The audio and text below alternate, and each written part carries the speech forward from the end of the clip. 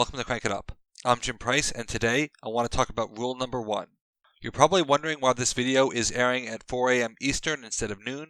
One of our longtime followers said noon doesn't work for him anymore, so I suggested 4 a.m., and he said that he's up during that time, so if he doesn't comment in the first 30 minutes, I will never let him hear the end of it. If you follow the channel regularly, and if so, thank you, you'll hear me inevitably refer to some of the Bandit rules, design principles that I strongly live by and judge by. People have asked me if I'll ever reveal the full list, but a running joke in some circles is that I never write them down and I'm constantly changing the numbers. So this is my first attempt at formalizing some of them, and I'm starting with rule number 1, which revolves around internal synergy. Yes, Smash Up is a game where you smash two factions together, but rule 1 states that a faction is in 100% of the games it plays.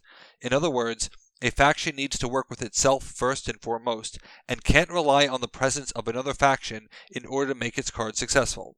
As much as I believe in rule number 1, it often competes against the simple reality of Smash Up, that 100% of your games involve a partner faction.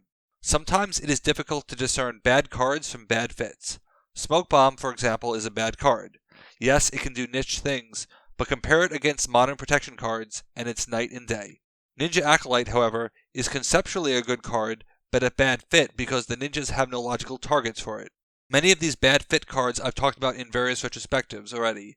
Armor Stego, Howl, Outbreak, Weed Eater, Heavy Drinker. When cards don't fit well due to a lack of internal synergy, they can be taking up precious space in your hand or deck and can prevent a faction from being consistently competitive. Now, sometimes a faction can overcome one internal synergy issue. I think a clear example is Explorers with Lost City. Lost City gives you a head start on a base, but you never use the minion play on a Crypt Looter or Idaho Smith. Given that starting with 2 is underwhelming, that really just leaves a guide, and I usually find myself playing that action with my partner soldier. But it also depends on the severity of the internal clash and how well the faction does in spite of it. Truthfully, some of my least favorite factions have the least internal synergy in the game, and I also consider some of them to be the worst.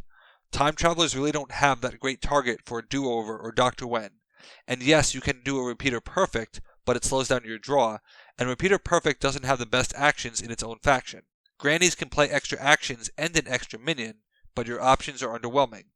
I can go into more examples, but this is where rule number 1 again clashes with Smash Up reality, the idea of the support deck, where the deck isn't meant to really be pursuing its own goals, but that of your partner faction. I'll speak more about this in a future video that you'll unlock by solving my puzzles, but at least I wanted to call it out here. The problem is, if you make too many support factions and none of them can do their own thing, they aren't going to win. In fact, you have to consider the case where, due to extreme circumstances, you only draw cards from one faction. Can a faction compete if you only see its cards? This is what internal synergy is all about.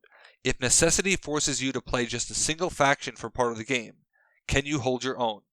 This is a very real reality because you can't always assume a perfect one-to-one shuffle.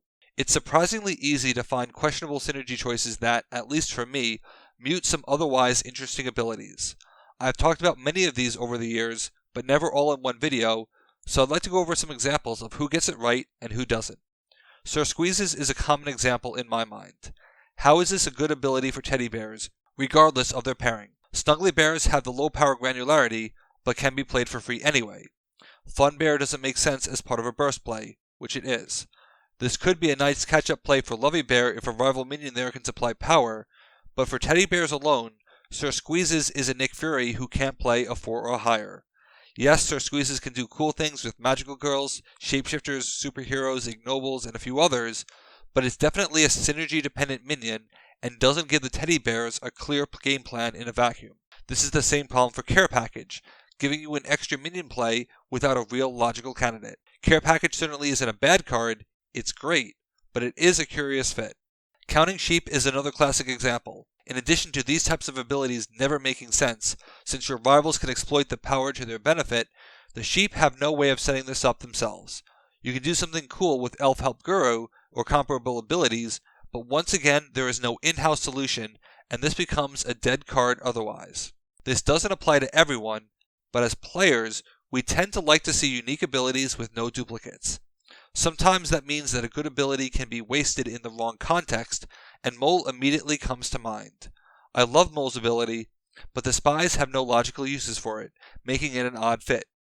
Compare this with Lock, Shock, and Barrel, which has an objectively worse ability, but the internal synergy makes it much more interesting since you have plenty of internal candidates. One of the more divisive factions in recent memory is Masters of Evil. They have a double feature in acceptable losses, and no one to really use it on because of how their minions are structured. It's meant to be a way to start gaining VP, so you can't use it on Black Mamba, who isn't easily a 4, and you generally save Black Mamba for later when you want to start to win bases. You can kill Claw, but in the early game, Claw is a dead ability. You can do World Domination for Absorbing Man, but then you just have one less Absorbing Man to destroy for its own VP. Again, the answer lies largely outside the faction, and it's a big reason why the Masters of Evil have a card draw order problem and I can't enjoy them. So who does it right? A few examples come to mind. Shield cards really work well together. I think I've mentioned before how crucial it was to get Proving Grounds as a double feature to allow them to burst and get Terminal Draw at the same time. Otherwise, they don't have the ability to effectively make use of their other double feature. You have an action that can freely play 3s, a 3 worth playing in that context, as well as a 2 worth playing. Shield has enough extra plays to make the temporary power of Maria Hill work, and the only way this faction could not be synergistic is if you invented a rule where Nick Fury playing Maria Hill doesn't give her +1 power even though the play was immediate, but I don't see the game doing something that silly. Hydra is another example. You have the searching that benefits your partners, but also makes sense within Hydra for both types of 2s. You have plenty of cards you want to destroy and a reason to destroy them, unlike Gremlins or the Tricksters. Internal synergy is absolutely a must for self-destruction faction, and I don't want to imagine what a faction would look like without it. Internal synergy can occasionally have some interesting relevance, especially with cards like Diva, one of the minions from the new 10th anniversary faction, AFC Richmond. Naturally, Diva's ability could be a dead ability unless there are valid standard action targets. But how many is the right number?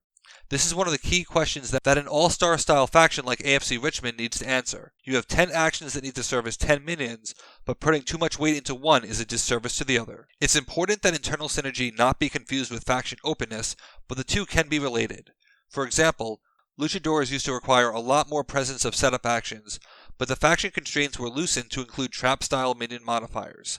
Even with setup cards, there was still internal synergy, but closed factions can be an obstacle because of that reality about your partner faction. So this means that having too many setup-style restrictions would hurt your external synergy because it means less partners, so you put less importance on those cards, hurting your internal synergy. Both scales have to be considered carefully. This is definitely true in Disney, where it seems like factions reference internal partners more than they don't.